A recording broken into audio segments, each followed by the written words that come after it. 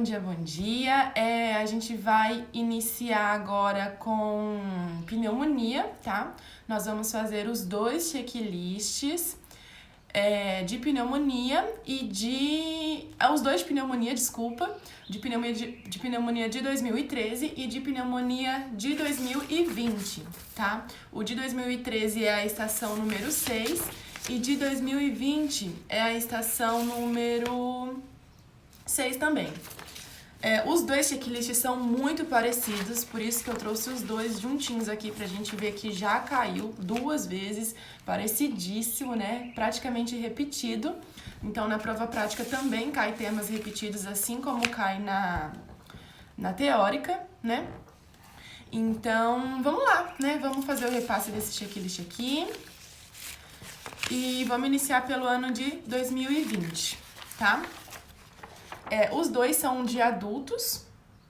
A gente tem que ver que tem uma diferencinha, né, entre a pneumonia no adulto, pra gente realizar a anamnese, né, o exame físico, e na criança. Aqui vai ser só do adulto, a da criança vai ser numa outra oportunidade.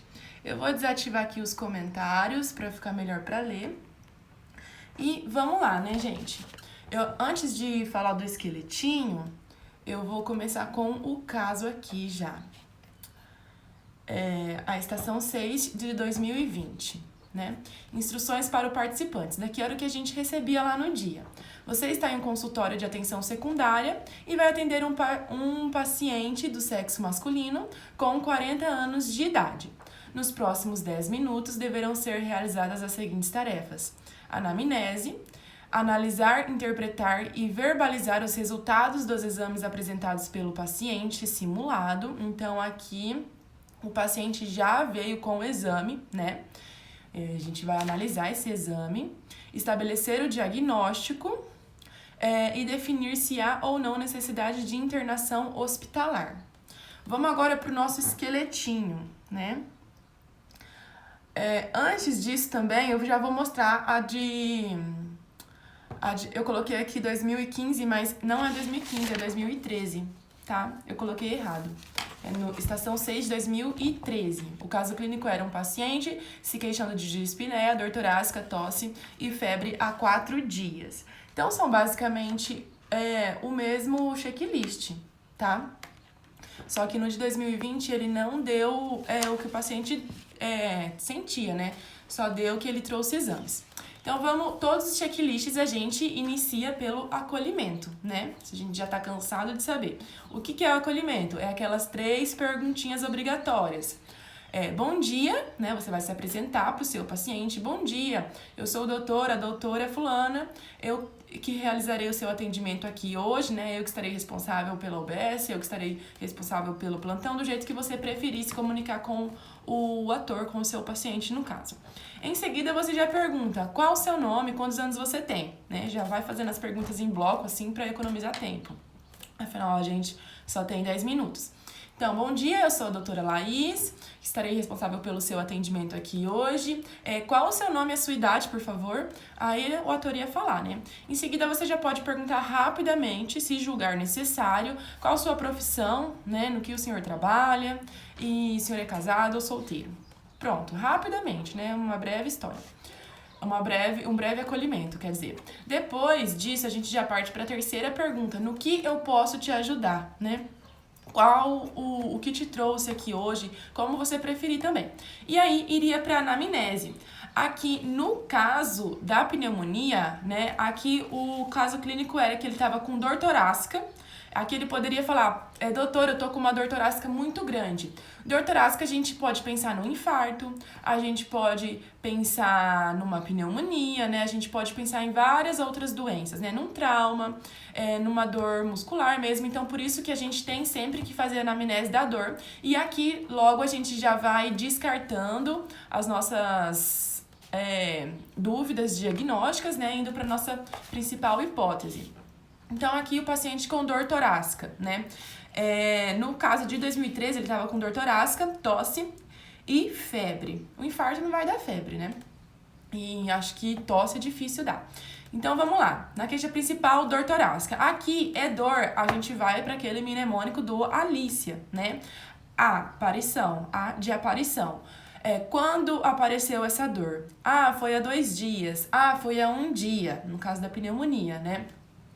L de localização. Onde que essa dor se localiza? Onde que ela começou a doer? Aí o paciente vai falar, começou aqui do lado direito, começou aqui do lado esquerdo, né? O I do Alice é de irradiação. Para onde essa dor vai? Ela só tá localizada aí? Ela vai pro braço? Ela vai pro epigastro? Tentando já descartar um possível infarto, né? A gente vai perguntando assim. E ele vai falar que não, né? Ou vai falar que sim. Aqui no caso, provavelmente ele diria que não se irradia pro braço nem pro epigastro, né? Irradiação, o C de caráter. Aí você vai perguntar, como que é essa dor, né? Ela é opressiva, ela vai e volta, ela é progressiva, ela é constante? O paciente, o ator vai te relatar. E o I de intensidade. Aí você vai perguntar, de 1 a 10, sendo 1 mais fraco e o 10 uma dor mais forte, que nota o senhor daria? Ou a senhora? Ele ia falar a intensidade. E o A de agrava ou atenua, né? Você tomou alguma medicação que melhorou? Tem alguma posição que melhora, né? E aí você também já pode incluir aí, é a primeira vez que você tá sentindo isso? Você já teve outras vezes, né? E você tomou algum medicamento? Aí você já fecharia a anamnese da dor. Aqui você já descartaria o infarto, né? Porque a dor não seria tão típica de infarto, logo aqui. E aí você ia perguntar depois o número 2 ali, ó, dos nossos 6 tópicos da anamnese. O que mais você está sentindo além dessa dor? Ele ia falar, doutor, eu tô com muita falta de ar, ele já ia falar logo no início, e tosse e febre, né? Se ele não falasse, você ia ter que investigar. O senhor teve febre? O senhor tá tendo tosse? Aí você vai fazer a anamnese da tosse. A sua tosse tem expectoração? É seca? Quando iniciou? Qual a intensidade? Tosse mais de manhã, tosse mais à tarde, tosse mais à noite, né? Tem sangue? Teve expectoração com sangue? Como que é o aspecto da sua expectoração? Qual a quantidade? A febre, você também tem que fazer a anamnese da febre. O senhor aferiu sua febre? O senhor sabe a temperatura que teve? Quantas vezes você teve? Chamando sempre pelo nome, né? O senhor... quando iniciou a sua febre e fazendo a anamnese da febre. Outra coisa, a dispneia. Você também tem que perguntar sobre a dispneia. Quando iniciou, ela melhora, quais os fatores que melhora ou piora, ela é constante, ela vem e volta, e vai perguntando sobre a dispneia, né? Aqui a gente já ia ter um norte aqui do nosso diagnóstico, né? A gente já poderia descartar várias outras patologias e pensar mais que é uma queixa pulmonar mesmo, né? Pensar só em queixas pulmonares. Como o paciente ia relatar que não teve isso antes, a gente também poderia descartar uma asma, né? Porque a asma, o paciente sempre vai falar que teve vários episódios anteriores semelhantes, né? Então, aqui no 3... É um homem, no caso aqui, paciente masculino, a gente pularia o número 3 e a gente pularia o número 4. Mais uma vez, eu deixo isso daqui no nosso esqueletinho, o número 3 e o número 4, para ficar bem fixado, bem sedimentado. E quando a gente for fazer a anamnese, que precisar desses 2 tópicos, né, antecedentes gineco-obstétricos, cartão da gestante ou da criança, a gente já ter aqui fixado na nossa mente, no nosso esqueleto mental, tá? Aqui no caso a gente só pula, não é útil, a gente pula. Então, sintomas acompanhantes, a gente vai direto pro 5. O senhor tem diabetes, o senhor tem hipertensão, o senhor é asmático, o senhor tem DPOC, né? A gente vai perguntando se ele tem alguma coisa, ele vai falar que não. Ou que sim, né? Ou que é diabético, ou que é hipertenso. E logo a gente já pergunta, e seu pai, sua mãe, tem alguma dessas doenças? E logo a gente já pergunta, você toma alguma medicação todos os dias, né? De rotina? Aí, depois disso, a gente já vai para os hábitos. O senhor fuma, o senhor bebe, o senhor usa drogas ilícitas, o senhor pratica atividade física. Aqui no caso da pneumonia, se a gente já tiver com essa hipótese diagnóstica, a gente tem que perguntar. O senhor teve hospitalizações prévias, né?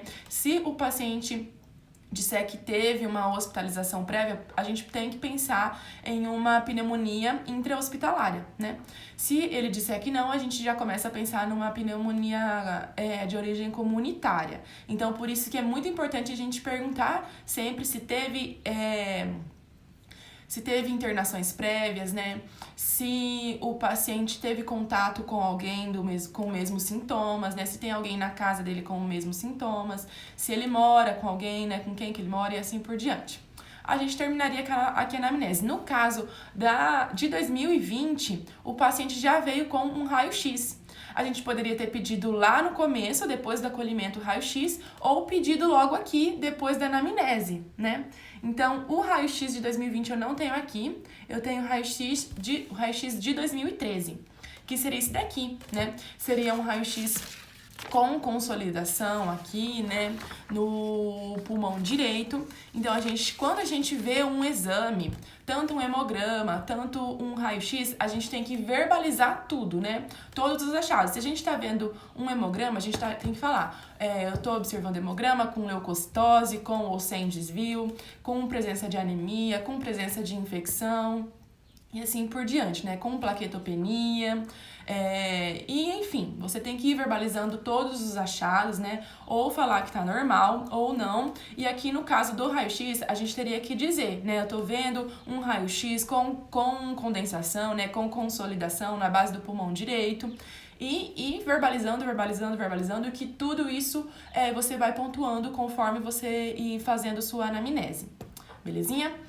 Então, indo agora para o exame físico, vamos voltar lá pro nosso esqueletinho, depois a gente vê o checklist, né, para ver o que a gente pontuou só na base desse esqueleto, né, só tendo o esqueleto mental, e o que a gente esqueceu de pontuar. Aqui no exame físico, eu também divido em 6 tópicos o exame físico para facilitar, né, o nosso mapa mental e para facilitar o passo a passo do nosso atendimento. Então, o primeiro passo, você tem que pedir autorização para o paciente. O senhor me permite realizar seu exame físico, né? Ele vai falar que sim. Então, o senhor pode deitar na maca, por favor. Quando for necessário retirar a blusa, retirar a calça, se despir, você pode falar, eu vou pedir um biombo aqui para o paciente, eu quero que ele retire a blusa, retire a calça, eu quero pedir a presença de um outro profissional aqui para me auxiliar no atendimento desse paciente. Eu vou me posicionar à direita aqui do meu paciente, quero lavar minhas mãos, aquecer e me paramentar com touca, óculos, máscara, luva e avental. Quero considerar que meu paciente também esteja de máscara, né, por causa da pandemia. Então, você já vai falando tudo em seguida, né? Porque isso daqui você não precisa de resposta do paciente, então você vai falando tudo isso daqui em seguida para você não perder tempo, né? Então, quero exame físico, quero lavar minhas mãos e me paramentar, sempre fala a sua paramentação, né? Máscara, luvas, óculos, gorro, avental, já fala tudo de uma vez. E depois eu quero sinais vitais do meu paciente. Quero frequência cardíaca, respiratória, pressão arterial, saturação e temperatura, né? Aqui o paciente estava com febre. Provavelmente, no caso, ele vai estar febril aqui, né? Pode estar com a frequência cardíaca aumentada. Se for um hipertenso, pode estar com a PA aumentada, né? Com a frequência respiratória. Então, aqui, em cada caso, pode dar determinados achados, né? Depois a ectoscopia geral com pele e mucosas para ver se o paciente está anêmico, para ver se está ictérico, né? Aqui no caso ele não vai estar, se ele está desidratado, hidratado, aqui o examinador diria para você. Depois, em seguida, já logo para o exame físico geral ou direcionado. Como a queixa aqui do paciente é torácica, a gente tem que focar no tórax, né? Então, você já vai falar, agora eu quero realizar o exame físico do meu paciente, quero saber sobre o aparelho cardiovascular, né? Se tem sopros, quero fazer a auscultação, a inspeção do tórax, quero fazer o exame físico pulmonar com inspeção, percussão, auscultação, inspeção, percussão, palpação e auscultação do tórax, né, na área pulmonar. E aí o examinador já te diria também, né? Aqui, no caso, como a gente está falando de pneumonia, a área cardíaca viria normal, né? A não ser que o paciente teria alguma queixa cardíaca, que eles não dariam nenhuma alteração cardíaca. E aí na área pulmonar, aí eles poderiam dizer, né, que tá com crepitações, que tá com roncos, né? Tudo direcionado para a pneumonia, para você pensar em pneumonia. Então, aqui poderia dizer que tá com a inspeção normal, com presença de crepitações na ausculta, né? Aí se você quisesse, você pediria o exame abdominal, mas seria totalmente desnecessário e só perderia tempo aqui, né? Porque ele não tem nenhuma queixa abdominal. Então, a gente faria mais um exame físico direcionado aqui pro tórax mesmo. Em seguida, aí o número 6 é só quando for necessário, que a gente pula, né? Que a gente não precisa fazer toque, não precisa fazer exame obstétrico, né? Nem ginecológico, é um homem. Então, a gente pula o número 6. Mais uma vez, é só para ficar bem fixado o mapinha na nossa mente, tá? E aí, a gente iria direto para os exames complementares, né? Se o paciente trouxe, a gente já pediu antes lá na anamnese pra gente não ficar perdendo tempo com perguntas desnecessárias, né? Se o paciente veio com um exame, a gente já pede. Eu posso ver os seus exames, né? O que o senhor trouxe, um raio-x, um hemograma, a gente já teria analisado, já teria direcionado o nosso pensamento para a pneumonia, né? Com a consolidação no raio-x, com leucocitose, com desvio, né? Então aqui, essa parte, a não ser que a gente queira pedir mais um exame né? Por exemplo, uma ureia para realizar o CURB, né? Ver a necessidade de internação do nosso paciente, né? E, enfim, mas aqui no caso a gente não teria essas informações, né? E aí, o próximo passo já seria o diagnóstico, propriamente dito, né? Então, você tem que falar para o seu paciente bem claro, né? Eu tô aqui com o diagnóstico de pneumonia, né? Partindo do seu raio-x, dos seus exames complementares e do seu quadro clínico, né? O diagnóstico aqui é clínico. Se tiver que notificar, você já fala em seguida. Aqui, pneumonia a gente não notifica, né? Então, a gente só diria, o seu diagnóstico é pneumonia, tá? Eu descartei infarto, eu descartei asma, né? Você poderia falar que você descarta as outras hipóteses diagnósticas e aqui você já veria a necessidade de internação. Meu paciente está com pneumonia. Eu tenho que internar meu paciente? Aqui, a internação, ela é definida a partir dos critérios de CURB, lembra? Do CURB 65. Então, aqui, para finalizar o atendimento de maneira adequada do nosso paciente, a gente ia ter que ver a necessidade de internação a partir do CURB. O que é o CURB? O paciente está com confusão mental? O paciente tem a ureia aumentada, maior a 50? A frequência respiratória do meu paciente está maior a 30? A pressão arterial do meu paciente está menor a 90 por 60? O meu paciente tem mais de 65 anos? Mais ou igual a 65 anos? Então, conforme lá o seu exame físico, os exames complementares que você tem, se você tiver ureia, né, você faz o CURB. Se você não tiver ureia, você faz o CRB 65. Aí tem essa diferencinha, né? Mas de qualquer forma, você aplica o CURB 65 no paciente para ver se você tem ou não que internar. Se ele vai para UTI, se ele fica na enfermaria, se o tratamento é ambulatorial. Então, cada um vale um ponto, né? Aqui não falou nada que o paciente está confuso. A idade do nosso paciente era de 40 anos, né? Se eu não me engano. E o outro era 55 anos, né? 55 e 40 anos. Então, aqui ele não pontuaria no 65. Eu trouxe aqui o CURB pra gente dar uma olhadinha. Já tava até esquecendo. Aqui. Então, o nosso paciente não tá confuso. Ele tá orientado, né? A gente pediu lá a ectoscopia geral. O examinador ia falar que ele tá orientado em tempo e espaço. Que ele ia estar conversando com você normal. E, enfim. A gente não tem o valor da ureia, né? Se a gente tivesse solicitado, ele tivesse dado, se tivesse maior a 50, seria um ponto. A frequência respiratória, aí a gente ia ter que lembrar a frequência lá do nosso exame físico, né? Se tiver maior a 30, um ponto. A PA, pressão arterial, se tiver menor a 50 por 60, um ponto, né? Hipotenso.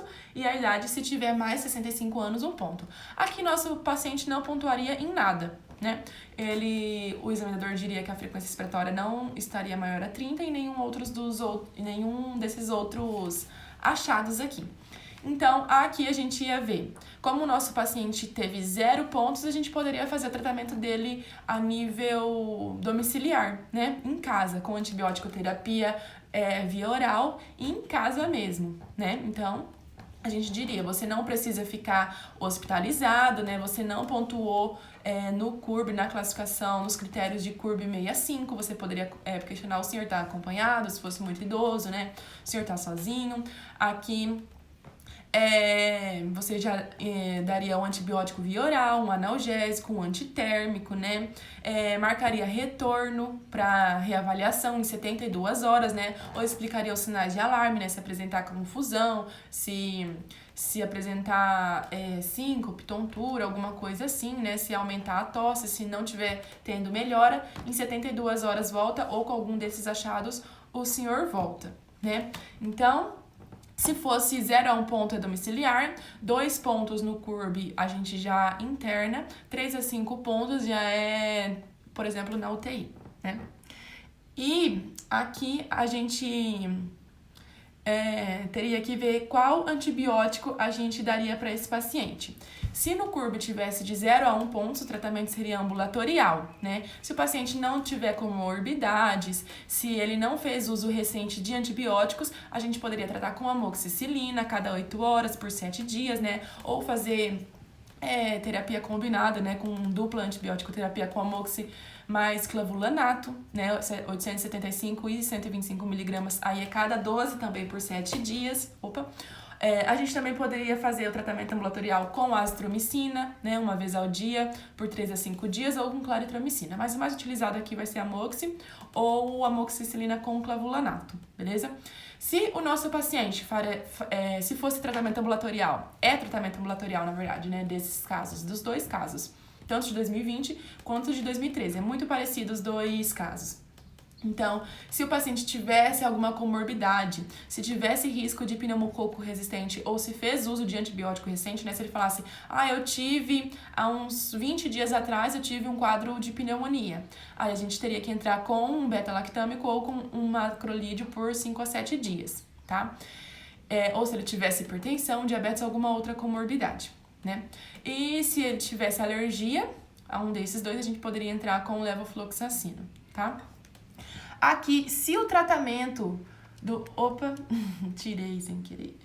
Se o tratamento do nosso paciente fosse na enfermaria, né? Se o CURB dele tivesse dado 2, 3 pontos, a gente deixaria ele lá na enfermaria e faria o tratamento com ceftriaxone ou cefotaxima, com ampicilina, com azitromicina também poderia entrar aqui. Então, a azitromicina a gente pode entrar tanto para o tratamento ambulatorial quanto para a enfermaria. E aqui sim a gente teria sim ou sim que entrar com 2 antibióticos, tá? Então a gente entraria com uma cefalosporina de 3ª geração ou ampicilina com Subactam, mais um macrolídeo por 7 a 10 dias. A gente poderia iniciar o tratamento na enfermaria e continuar ele em casa, tá? Não é que o paciente vai ficar lá os 10 dias internados porque o CURB dele deu 2 a 3 pontos. A gente deixaria ali em observação e depois terminaria com a melhora, né? Terminaria o tratamento dele em casa.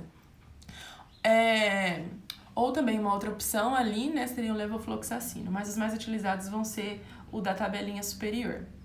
Aí, se o nosso paciente estivesse com o CURB com 4, 5 pontos, né, com necessidade de internação em UTI, hipotenso, confuso, com ureia aumentada, taquipneico, mais de 65 anos, né, um idoso, que daí a pontuação no CURB ia ser lá em cima, aí a gente ia ter que internar, né, internar rapidão, se tivesse hipotenso ainda, instalação de solução de soro fisiológico, 0,9%, né, junto já a gente poderia colher as hemoculturas antes de iniciar a antibiótico-terapia, aí depois já iniciava a antibiótico-terapia, analgésicos, né, antitérmicos, e ia fazer lá o tratamento do nosso paciente em leito de internação, né.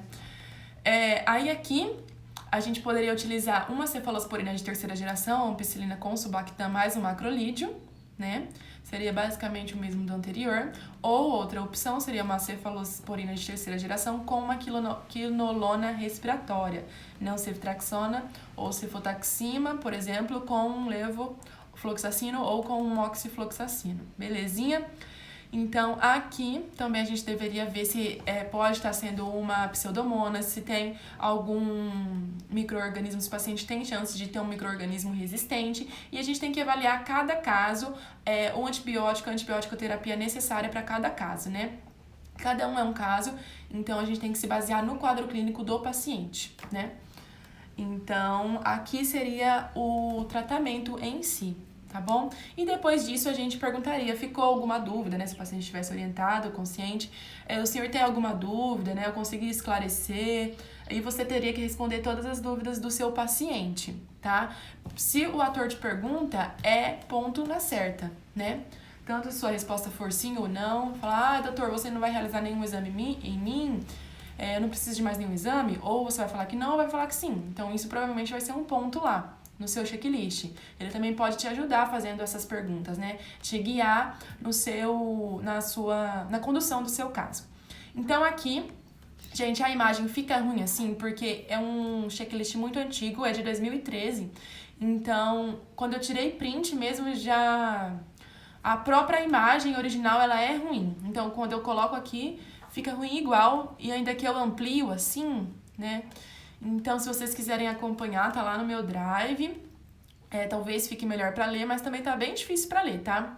Não é porque eu ampliei, não. Na verdade, lá também tá difícil pra ler. Então, vamos lá pro checklist, né?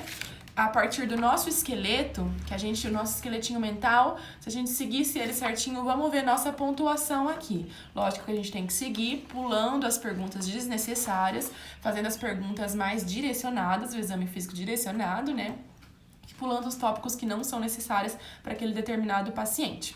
Então, aqui, no caso clínico de 2013, o primeiro, né, tópico avaliado aqui seria a avaliação clínica. 1.1, candidato cumprimentou o paciente e apresentou-se como médico. Aqui seria o acolhimento, né? As 3 perguntinhas do acolhimento. Eu sou doutora tal, qual o seu nome, idade, profissão, em que posso te ajudar? Ponto garantido. A maioria dos checklists tem essa pontuação. Alguns não trazem, né, pra pontuar aqui, mas 0,1 igual tá aqui, ó, 0,2, você pontuaria. Aí o de baixo, 1.2, o candidato investigou a queixa principal e tempo de início do quadro. Sim, né? Quanto tempo começou, desde quando você está sentindo isso, né? Que seria a dor torácica, que é ali no 1.3.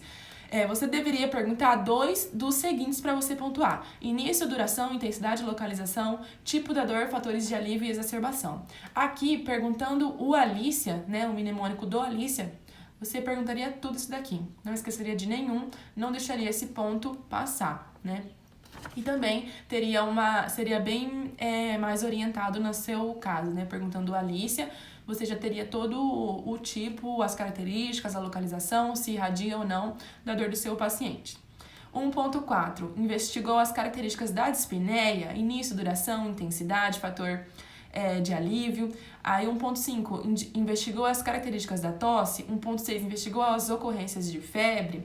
Então, todos pedem pelo menos 2 dos seguintes, né? Início, idade, se verificou com termômetro, se tem calafrios ou sudorese, esqueci de falar lá. Mas isso também é uma forma de investigar a febre, né? Então, aqui já ia pro tópico 2 da anamnese do nosso esqueletinho, os fatores acompanhantes. Então, a gente já estaria preenchendo aqui o início desse checklist, já estaria pontuando tudo aqui. Perguntando a queixa principal, que é o tópico 1 do nosso esqueletinho, e o tópico 2, sintomas acompanhantes. Então, esse início aqui a gente já estaria pontuando tudo, né? Aí, 1.7, se tem ou não expectoração, as características, se tem sangue, a quantidade, a coloração, a consistência. Pontuaríamos também a partir do nosso tópico 2 do esqueletinho, né? Aí, 1.9, o candidato investigou pelo menos 3 dos seguintes: profissão, estado civil, ritmo de trabalho, ambiente doméstico de trabalho, ar-condicionado, carpete, ventilação, iluminação solar. Aqui a gente ainda não comentou lá, né? Mas a gente perguntou se é solteiro ou casado lá no início, qual a profissão, a gente já estaria perguntando 2, e se mora sozinho ou acompanhado. Então aqui a gente perguntou 3 lá atrás, né? A gente já pontuaria porque pede pelo menos 3, né? Aí depois o 1.10 seria os fatores, os hábitos, né? Se ele fuma, se ele bebe, se ele faz exercícios, se ele usa drogas ilícitas, como que é a alimentação dele, também presente no nosso tópico 6 do nosso esqueletinho lá, né? Então, se ficar bem sedimentada na nossa mente, a gente não vai deixar passar nenhuma perguntinha necessária que pode estar lá no nosso checklist. E se a gente treinar sempre assim, vai ficar automático, né? Vai ficar rápido. Em 1 minutinho, 2 minutinhos, a gente já fecha essa parte da anamnese, tá? Não perde tanto tempo assim perguntando, lembrando, ai meu Deus, o que eu tenho que perguntar agora? Será que eu perguntei isso? Será que eu perguntei aquilo? Né? Então, com o esqueleto mental, a gente consegue ter uma velocidade maior na nossa anamnese, né? Porque a gente sempre tem o passo a passo, a ordem que a gente deve perguntar. O risco de esquecer alguma coisa é menor. Claro que a gente vai esquecer sempre alguma coisa, mas tendo um esqueletinho mental, é mais difícil a gente deixar passar algum dado bem relevante, certo? Daí 1.11, investigou a ocorrência de doenças concomitantes, pelo menos diabetes mellitus e cardiopatia. Aqui é o tópico 5 do nosso esqueletinho, né? Se o paciente, os antecedentes pessoais familiares, se ele tem doenças, se ele tem diabetes, hipertensão, né? A gente tem que falar, o senhor tem diabetes, hipertensão, o senhor tem asma, o senhor tem DPOC, o senhor tem alguma cardiopatia, e assim por diante. Com o esqueleto, mais uma vez, fecharíamos essa parte inicial aqui do checklist. Agora, a próxima parte do nosso checklist é a interpretação dos exames complementares, né? O paciente aqui, ou o caso vai falar que o paciente já trouxe um exame, ou a gente pediria, eu quero solicitar agora, depois do nosso exame físico, um raio-x de tórax, um hemograma, ureia, creatinina, né? E assim por diante, pra gente já avaliar o CURB também. E aqui eles iam te dar o raio-x, você teria que verbalizar, né? Eu estou observando um raio-x com condensação na base do pulmão direito, que é aquele raio-x que eu mostrei lá atrás. Pontuaria aqui se você verbalizasse. Se você só pedisse e olhasse o raio-x, você não pontuaria. Mesmo que você soubesse o que está no raio-x, né? Pensasse, tô vendo aqui que ele tá com pneumonia porque ele tá com condensação, consolidação. Então, se você não falasse isso, você não pontuaria. Só de você pedir, tá? Aí, tópico 3, formulação do diagnóstico. O candidato formulou o diagnóstico de pneumonia lobar de origem comunitária. A gente perguntou lá na anamnese se ele teve internações prévias para descartar uma possível pneumonia adquirida no hospital, né? Intra-hospitalar. Então, aqui a gente diria, depois do diagnóstico, o senhor está com uma pneumonia de origem comunitária, né? E a gente pontuaria aqui. 3.2. Comunicou o diagnóstico ao paciente de modo claro, buscando tranquilizá-lo, né? Aqui a gente responderia o que o paciente está perguntando. Se ele perguntasse, meu Deus, doutora, o que é isso? A gente tem que perguntar. Se ele perguntasse, eu vou morrer, eu vou ter que ficar internado, a gente teria que tranquilizar e dar essas orientações para o paciente, né? Depois, o 4, orientação e terapêutica. O candidato indicou corretamente a antibiótico-terapia, explicou que por tratar-se de pneumonia não complicada de origem comunitária, não há necessidade de internação, então você tem que falar isso para o paciente, né? Indicou o uso de medicação sintomática em caso de febre, cefaleia e dor no corpo, que seriam os analgésicos e antitérmicos. Então, aqui, a gente ia avaliar o CURB, né? Lá na hora você deveria falar, eu vou aplicar os critérios de CURB no meu paciente, eu quero ver se ele pontua no confusão mental, pressão arterial menor 90/60, frequência respiratória maior a 30, ureia maior a 50, maior a 65 anos.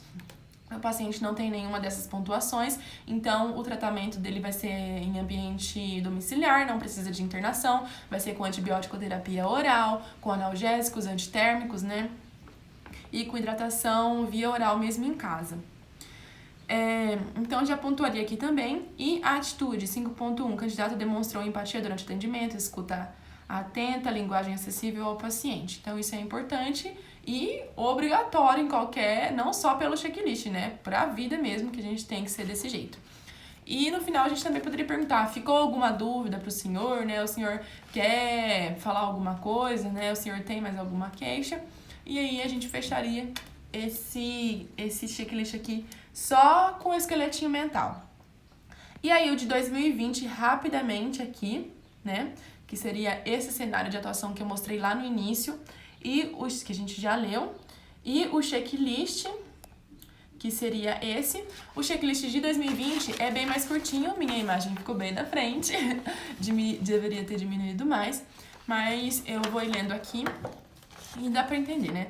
Aqui só tinha 9 tópicos no de 2020, então era bem mais curtinho esse daqui, né? E o tópico número 1 lá Cumprimenta o paciente se apresenta, que faz parte do acolhimento, as 3 perguntinhas. Eu sou doutora tal, estarei responsável pelo seu atendimento. Qual o seu nome, idade, profissão, casado, solteiro. E a terceira, em que posso te ajudar. Acolhimento, se apresentou, pontuaríamos aqui no item 1 dessa prova de 2020. Estação 6. Número 2, pergunta sobre o uso de medicação atual ou anterior. Aqui a gente perguntou lá no item 5 do nosso esqueleto mental, se o paciente tinha alguma comorbidade, hipertensão ou diabetes, e se ele fazia uso de medicações de uso contínuo, né? Então, a gente pontuei aqui. E medicação atual, a gente perguntou lá no Alícia, né? Depois que a gente terminou a Alícia, no A do Alícia, você usou alguma medicação agora, né? Que medicação você usou? Melhorou com alguma medicação? Então, a gente pontuaria aqui também no nosso esqueletinho mental. Número 3, pergunta sobre hospitalização prévia. A gente também perguntou lá no fim da nossa anamnese se ele já foi hospitalizado, a gente pontuaria aqui no número 3. 4, pergunta sobre doenças crônicas, item 5 do esqueletinho mental, né, comorbidades, antecedentes patológicos pessoais ou familiares. 5, solicita exames laboratoriais e radiografia de tórax. Aqui, o paciente veio com... Aqui eu não lembro, na verdade, se ele já veio com o raio-x ou a gente solicitava o que ele trouxe, né, mas se eu não me engano, é o que ele trouxe. Então, a gente teria que analisar... o raio-x, igual a gente já comentou no checklist anterior, né? Inadequado se a gente não pedisse nada. Então, gente, terminou o exame físico, já pede exames complementares, né? Já tem que ficar bem sedimentado. Terminei, então agora eu quero o seu hemograma, seu perfil renal, quero glicose quando for necessário, né? Glicose de jejum, quero perfil lipídico quando for necessário, quero seu raio-x de tórax, ou se for necessário uma ultrassom num outro checklist, uma tomografia, enfim, você vai ver o seu checklist, não vai sair pedindo tudo, né? Você vai ver qual exame é necessário para aquela doença que aquele paciente está apresentando, né? Qual exame que vai te ajudar. Parcialmente adequado, solicita apenas um exame, impresso 2 ou 3. Aqui eu não trouxe os impressos, mas tinha os impressos, né? Então, seria um hemograma, que você deveria dizer, o meu paciente está com leucocitose com desvio à esquerda, né? Você teria que verbalizar isso no seu hemograma. E o raio-x você deveria dizer as alterações radiográficas do seu paciente, né? E o adequado solicita exames laboratoriais e radiografia de tórax. 6, interpreta o hemograma, que apresenta leucocitose com desvio à esquerda. Você já pontuaria, a gente acabou de falar, né? Solicitaria o exame, verbalizaria os achados. 7, interpreta o raio-x de tórax, que demonstra uma imagem com padrão alveolar ou consolidação em terço inferior do hemitórax direito. Olha só, gente, tanto de 2013 quanto esse de 2020 era no pulmão direito, na base inferior, era igualzinho, não era grave, o CURB teria pontuação 0 nos dois, então praticamente foi o mesmo checklist. 8, informa ao paciente o diagnóstico de pneumonia. E 9, informa que o tratamento será ambulatorial. Então, esqueletinho na mente, CURB, informar o paciente necessidade ou não de internação. E qual antibiótico eu vou utilizar em qual paciente, né? Se o paciente for... Opa, meu filtro, gente. Se o paciente for... ambulatorial, a gente vai utilizar um antibiótico. Se ele for a nível na enfermaria, a gente vai utilizar outro. Se ele for na UTI, a nível hospitalar, a gente vai utilizar outro, né? Eu vou aqui reativar os comentários. Então, terminamos aqui esse checklist de pneumonia. Meu Deus, 40 minutos. Achei que tava com uns 25 minutos só. Então, é isso, gente. Obrigada por me acompanharem aqui. Às 11 horas eu volto aqui com outro checklist, tá? Eu não sei ainda qual vai ser, vou ver qual que eu vou estudar agora. E aí eu já passo pra vocês, tá? Já passo aqui na live.